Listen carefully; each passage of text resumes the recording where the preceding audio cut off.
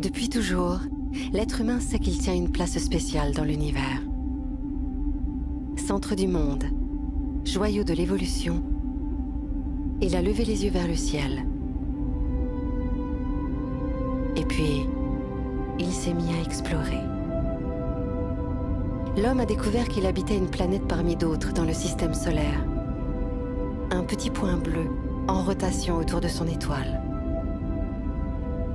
Une planète finalement de taille banale, orbitant autour d'une étoile plutôt blême que les humains ont eux-mêmes classée comme une naine jaune. Une taille ridicule à côté des très nombreuses géantes et supergéantes. Prenez la grandiose Eta Carinae par exemple, une étoile 1 million de fois plus lumineuse que le Soleil. Ou bien la majestueuse 8 Scuti, 5 milliards de fois plus lumineuse. L'univers foisonne d'astres plus notables que le Soleil, étincelle anonyme au pied des hiérarchies stellaires.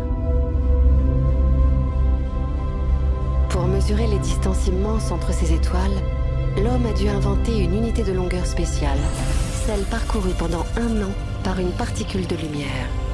10 000 milliards de kilomètres.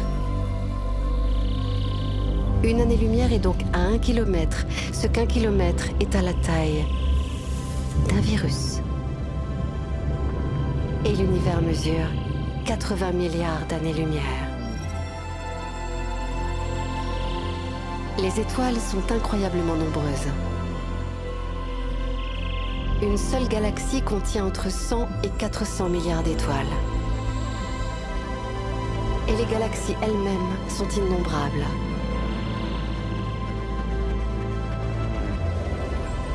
Ce que l'on voit actuellement, ce ne sont pas des étoiles, mais des milliers de galaxies.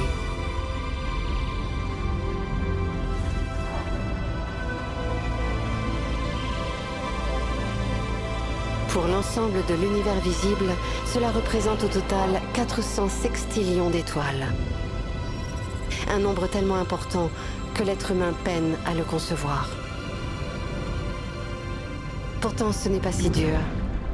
Il y a autant d'étoiles dans l'univers observable que de gouttes d'eau dans tous les océans de sa planète Terre, ou de grains de sable sur toutes ses plages et ses déserts. Mais cette immensité ne représente elle-même que l'univers observable, cette zone au-delà de laquelle les télescopes humains ne peuvent voir. Une toute petite partie de l'univers réel. L'homme habite la banlieue lointaine d'une galaxie anodine, perdu dans un univers si vaste qu'il ne peut même pas le concevoir dans son ensemble. Face à ces échelles astronomiques, ne serait-il pas insignifiant ?